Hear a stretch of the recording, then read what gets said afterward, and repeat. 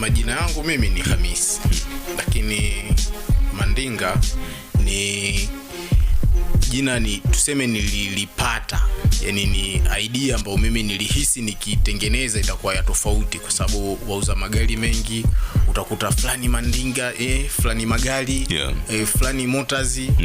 Kwa nikasema hii magari motors nyingi sana.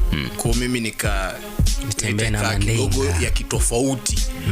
Japo imekaa kama kwa kiuniuni, lakini nikasema nikitembea na hii inaweza ika sawa. Unaweza kutofautisha Mandinga, magari, motors. Kwa leo ukitaja kwanza hilo jina, yani kuna namna haikai sawa. Okay.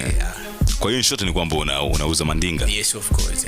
Mandinga ya kila aina. Yani gari zote. Okay. Kwa lugha rahisi labda kwa msikilizaji anayechelewa kuelewa. Unajua kuna watu wanachelewa kuelewa.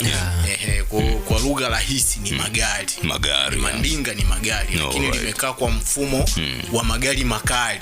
Magari makali. Okay. Hivyo ndo tunapambana, ndo vijana. Kila moja ana history kwenye maisha yake.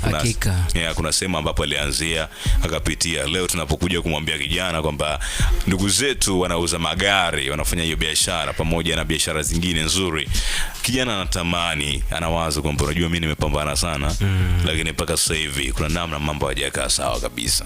Sasa hebu tuelezeni mwanzo safari yenu mpaka kuingia kwenye biashara kubwa ilikuwaje? Ulianzia wapi? Hii fursa ulipata vipi kulingana na mada yetu kama ninavyosema, mahali ambapo fursa zinapatikana? Kweli ni kwamba kwa ninavyoamini mimi, sababu pengine kuna kila mtu anaweza kaamini vile ambavyo anaweza kuamini.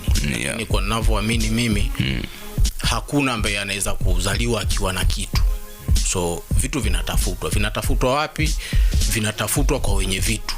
Ukitaka kuwa mtu fulani, lazima utafute mtu ambaye ana kaliba ambayo wewe unafanyaje, unaifukuzia. Kwa ukimuona mtu ni mwizi, mvuta bangi na nini, usimlaumu.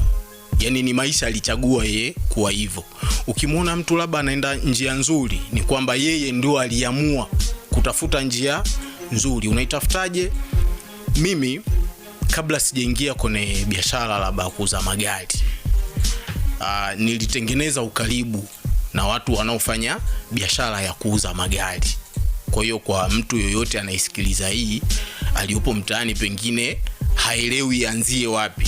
Yani kitu cha kwanza wanachoanza kukushauri uwe mwaminifu, kwa sababu kwenye ndoto unaipigania Mungu yupo.